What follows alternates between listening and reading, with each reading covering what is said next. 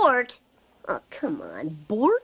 Mommy, buy me a license plate! No, come along, Bort. Hello and welcome to the Bort Experience, Episode 8, the Telltale Head. First, I just want to say thank you so much for checking out the podcast. I think as of this recording, we're up to 114 subscribers. My episodes have been averaging about 90 to 100 views per episode, so thank you so much. If you can, please like and subscribe and comment and tell me your thoughts on the show and how you're enjoying these reviews, and if there's anything that you would like for me to either add or change. I'm always open to feedback. So I just wanted to jump into the episode overview. So this episode originally aired on Fox in the United States on February 25th, 1990. The chalkboard gag is I did not see Elvis, and the couch gag, Bart pops up off the couch and comes down during the shot. I believe we might have seen this one already. I know they do some repeats, and maybe like in future seasons, it's always new every time, but I know some of the earlier seasons, they might have recycled some of the couch gags, but I think the chalkboard gag, for the most part, is always something new, because I think it's like less work to animate, I'm assuming. So the actual summary of the episode, Bart becomes friends with Jimbo, I believe you pronounce it Dolph and Kearney, a group of local troublemakers. Trying to impress them, Bart decides to cut off and steal the head of the statue of Jebediah Springfield, the founder of the town.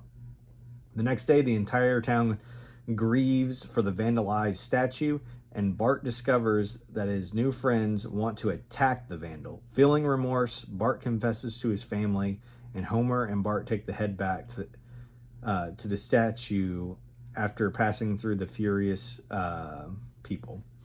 So right off the bat, I really enjoyed how the episode started. It's kind of Homer saying, "Hey, I've gotten into trouble in my when I was a kid your age as well." And then this angry mob is like chasing them through the streets. We see a bunch of characters that we've seen in the past or for the very first time. And they kind of come to the town center where the statue is of Jebediah Springfield. Bart has the head, and he kind of makes a plea to the people, "Hey, please, hear me out and save your judgment." And a lot of the angry mob is like, "How long is this going to take?" I think he says like 23 minutes and 5 seconds, the exact time of, I'm assuming, the episode. And you hear people from the crowd saying, "Oh, that's way too long." And I love that Simpsons is not afraid to make fun of themselves and not take themselves too seriously. So I thought that was a really great touch. And then overall, like, that was like just a fantastic start for me. And then the episode really dives into peer pressure. And I think if you've gone to public schools or even, I'm assuming, private schools, you felt the pool of peer pressure in your past. And I think most people have experienced this. And it can be very strong because, as humans, we're conditioned, and I'm sure because of evolution, it's like, oh, if you're not part of the group, you're not going to survive. So this like mentality of like, hey, I want to be a part of a group, and I'm going to go against my values or beliefs to appease a person or that group so I can be quote unquote popular or be a part of the group. And I feel like this happens a lot. And I think if you like kind of think back, there might be some decisions that you've made where you're like, man, I wasn't really true to myself, and I wish I wouldn't have done that. And I feel like a lot of us experience that. For me, it was nice to kind of like leave the high school, middle school, elementary, like leave that behind. And once you kind of get out of that life, you can kind of, for me at least, I felt more comfortable being myself, because I'm like, hey, I don't have to be around people that are going to bully me or make fun of me. I'm going to be around my friends, and then I can just jettison the people that I don't want to be around. And I feel like this is another great episode. The previous episode was, like I said, more of a popcorn episode, really fun, and had a lot of laughs. This one had laughs, but then it also had this kind of like, don't let peer pressure dictate what you believe. And it was kind of crazy. This was like the most studious I've ever seen Bart in the show so far, where he's like quoting, "Hey, remember guys what we learned in history class? Jebediah Springfield killed a bear with his bare hands." I love there's a scene where like after the head's been stolen by Bart, the family's on the couch and they're talking about the founder, and you know how like in medical commercials or just like they read that one text like really fast. In that scene, they're pretty much saying, "Hey, we think he actually got killed by the bear." So it's just kind of funny where like everyone believes this one thing, but like they're like, recent archaeological evidence says that he was probably killed by the bear. I know Jebediah Springfield pops back up, and I think there's like this great episode. I don't know what season it is, where Lisa kind of uncovers like the truth of the founder, and how he found the town. I know it happens in a later season, and I think it involves like the museum curator, the Museum of Springfield. I remember it being a really great episode. So I look forward to getting it, and it's just been so many years I can't remember all the details, but I just remember it being a fantastic episode. This episode, we also had the introduction of a lot of like characters that are like beloved characters, like Krusty the Clown. We've seen the Krusty and Clown show on a previous episode, but we actually get the clown himself. I'm not sure if it's a different voice actor, but his voice does change. It kind of has more of that like laughy gruffness. This one was a little bit different on this episode. We also, first time we see Apu, a great character that I had mentioned last episode, which I know is no longer in the show, or I'm not sure what year or what season they like got rid of him, but he is a great character, in my opinion. And it's glad to kind of finally see him inside the Quickie Mart. Who else? Oh, Reverend Lovejoy, the preacher that the Simpsons go to. And in the book, Be Stupid, or Stupid TV, Be More Funny, it talks about how Matt Groening wanted the Simpsons to be a church family that goes to church. Not that religion would be the focus of the show, but he just wanted that as a family. And I find that to be an interesting choice. I think throughout the years, I think Marge is the only one who really latches onto it, and the other family members kind of just go to appease her, which I think happens a lot in families where maybe one family member is more religious than the other, but the other family members just kind of go, and it's just kind of part of like, hey, this is what we do on Sundays. So I just find that interesting that they made that a core component of the show. And I know the church comes back, and Reverend Lovejoy comes back, and his wife, and different things happen at the church. I really thought it was good editing. Homer's really worried about a football game that he bet money on, $50, and he's listening it to like a hand radio in church, and it's matching what the announcer is saying, is matching what the Lovejoy's, the sermon he's giving. And I felt like that editing was really cool and well done. And Homer, like when they make a touchdown, like shouts like, yay or yes, type of thing, and embarrasses the entire family. So I just thought that in terms of editing and sound design was fantastic. Also, I think just I like when episodes, sometimes you see the end and then you kind of go back and how you got there. I don't like it all the time, but I think it's a good storytelling like device. And I thought that it was very well done.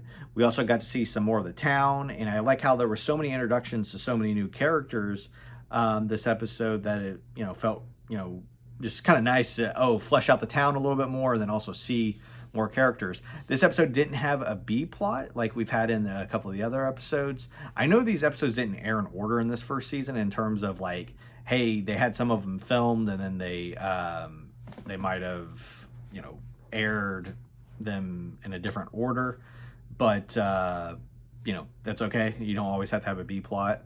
But overall, I enjoyed this episode a lot more than I did the previous episode. And I think it was just a really great introduction, and a great way they told the episode's story overall. So our next segment, we have the citizens of Springfield. We have Dan Castanella as Homer Simpson, Grandpa Simpson, Barney Gumble, and Krusty the Clown. We have Julie Carpenter as Marge Simpson, Patty, and Selma Bouvier. We have Nancy Cartwright as Bart Simpson, Nelson Muntz and Ralph Wiggum. We have Yardley Smith as Lisa Simpson. We have Harry Shearer as Reverend Lovejoy, Waylon Smithers, Waylon Smithers, Principal Skinner, Mr. Burns, and Lenny. We have Marcy Wallace as Edna Krabappel. We have Hank Azarian as Mo Sislak, Chief Wiggum, and then Apu. We have Pamela Hayden as Millhouse Van Houten, Dolph and Janny Powell. And then we have Tress McNeely as Jimbo Jones, Mrs. Albright, and Churchgoer. The MVP of the episode, I have to give it to Bart. Just because he showed a little bit more character development with like him being more studious, him not wanting to steal from the Quickie Mart or sneak into the movie. I know there's another episode, I don't know what season it is, but Bart steals a video game. I think it's around Christmas, and it's just like, it kind of shakes the family. So I think deep down, Bart is a good kid. He just is rebellious. And I like that you kind of give him a little bit of layers. And it's kind of crazy to me that so many people thought he was corrupting the youth, when it's like, hey, in the very first season, he has a sense of like right and wrong. Like, yeah, he might skirt some things or do some things in school, but he doesn't like to steal or destroy property. So I like that kind of layers to him, and I think that it's showcased very well in this episode. The best joke, I have two that I thought were very funny. So the first one is when Homer is listening to the game as they're driving to church. Announcer: "This could be the most remarkable comeback since Lazarus rose from the dead." Homer: "Who's Lazarus?" Or he says, "Lazarus who?" Question mark. So people that aren't familiar or didn't maybe go to church or a Christian religion, is like Lazarus, of course, is someone from the Bible that came back from the dead. It's a great kind of joke since they are driving to church, and it should be something that you've probably learned about. I thought it's just kind of really funny commentary on what people really care about on Sundays, which most Americans care about football. The next one is when they're actually in Sunday school. Mrs. Albright tries to explain to the kids that animals don't go to heaven. Heaven is for people. Millhouse: "Will there be cavemen in heaven?" Sunday school teacher: "Certainly not." Bart: "Ma'am, what if you're a really good person, but you get into really, really bad fight and your leg gets gangrene and it has to be amputated? Will it be waiting for you in heaven?" Sunday school teacher: "For the last time, Bart, yes." I just find it funny that this is a question that he has asked before. And you know what's funny? I grew up Catholic, and I remember going to Sunday school, and I'm not religious anymore. But I remember asking, or actually, I think my Sunday school instructor at the time was like, "What do you think Jesus looked like?" And I was like, "I'm assuming like a Arab or Middle Eastern person." And he said, "You don't think that he's white?" And me and the other person that we were going to school, like Sunday school with, were like, that makes no sense. And like, even then at a young age, I was like, what? This is weird. Like, and I'm just like, it's just kind of funny. I don't denigrate whatever, anyone can believe whatever they want.